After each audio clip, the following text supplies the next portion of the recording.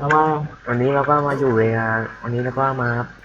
มาดูของในโน้ตครับลองยิงหัวกูหน่อยยิงหัวกูหน่อยยิงก่อน SV ตอนนี้มีเสียงแล้วนะครับ SV อ่ะเดี๋ยวลองยิงให้ดูนะครับฮัลโหลฮัลโหลรับยึดแม่ฮัลโหลพอเอาพี่เสียงทำไมเป็นอย่างนี้พี่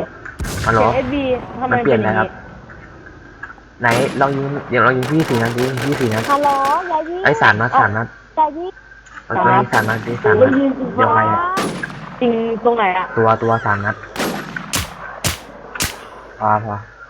โอ้เดี๋ยวใครกับตายครับเรายิงโซโล่ด้วย3 นัด